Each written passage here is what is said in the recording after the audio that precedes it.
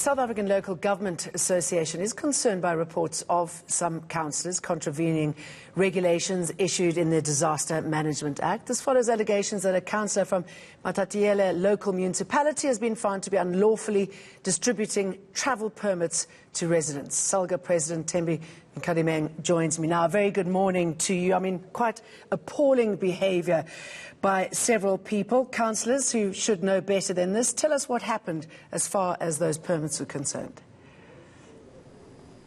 Good morning and good morning to our viewers. Thank you very much. I think we have issued a statement as the South African Local Government Association condemning all contraventions.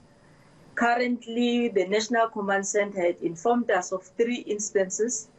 The first one, which you have correctly referred to, was Matatiele, a local municipality where a councillor issued close to around 50 permits, permitting people to move from one area to another within the Eastern Cape province, which is not allowed because, as you know, such permits are supposed to be signed either by a magistrate or the police. And we are taking swift action, advising those municipalities concerned through their offices of Speaker's Office to ensure that the code of conduct, which has been transgressed by these said councillors, must be implemented with immediate effect. Another councillor in Polokwane was arrested, part of a group of people playing loud music and consuming alcohol in a public area. What was he thinking? Yes, at around 3 in the morning, a concerned resident did call the police, notified the police that there is a movement of people who are around the vicinity of where he is staying. And when the police came to check on the complaint of the noise, amongst people who were arrested, one was a local councillor, and he is out on bail of 1,000 rand, and we are also ensuring that the municipality takes the same action as enshrined in the code of conduct for councillors. So not only is he breaking the lockdown, but also partying until 3 o'clock in the morning. I should imagine that's pretty disturbing to those living around him. I mean, what is going on here when you speak to these people who should be helping enforce the law and helping support people in this lockdown? I mean, do they feel that they are immune, that the law doesn't apply to them? Well, I think ultimately there is a sense of remorse, particularly because the explanation we have to give is that as councillors, we mirror government leadership because we are closer to the people and who equally mirror us as we appear and they see us on a day-to-day basis.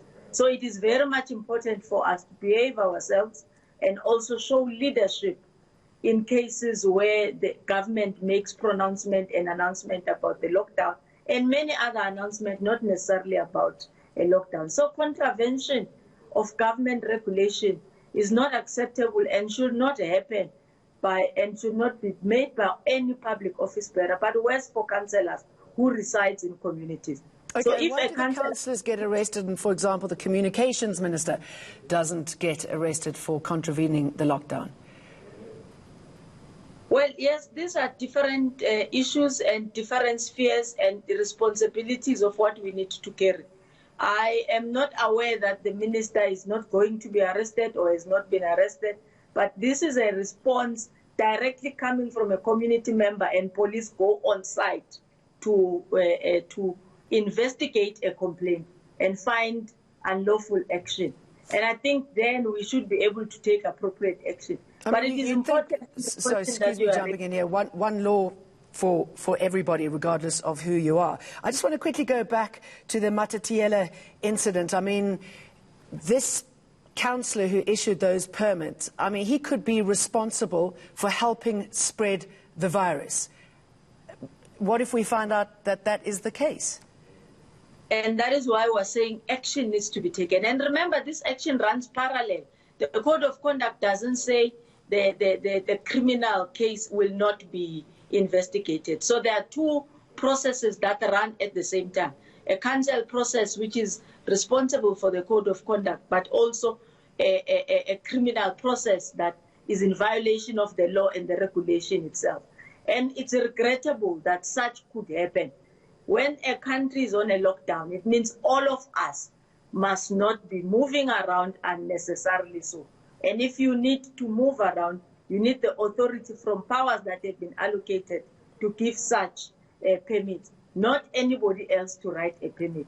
And that is why we're acting swiftly as SALGA to make sure that all our councillors in our 257 municipalities must know that they are not authorized to issue permits. And this has been communicated before, that it's only designated areas, particularly on informal traders in municipalities. It's also not councillors, but administrators who deals day to day with the management and the authority as they've been trained as experts to make sure that the area of good to talk to you. It seems as though we know those rules, but possibly not some of the councillors. Thank you for your time.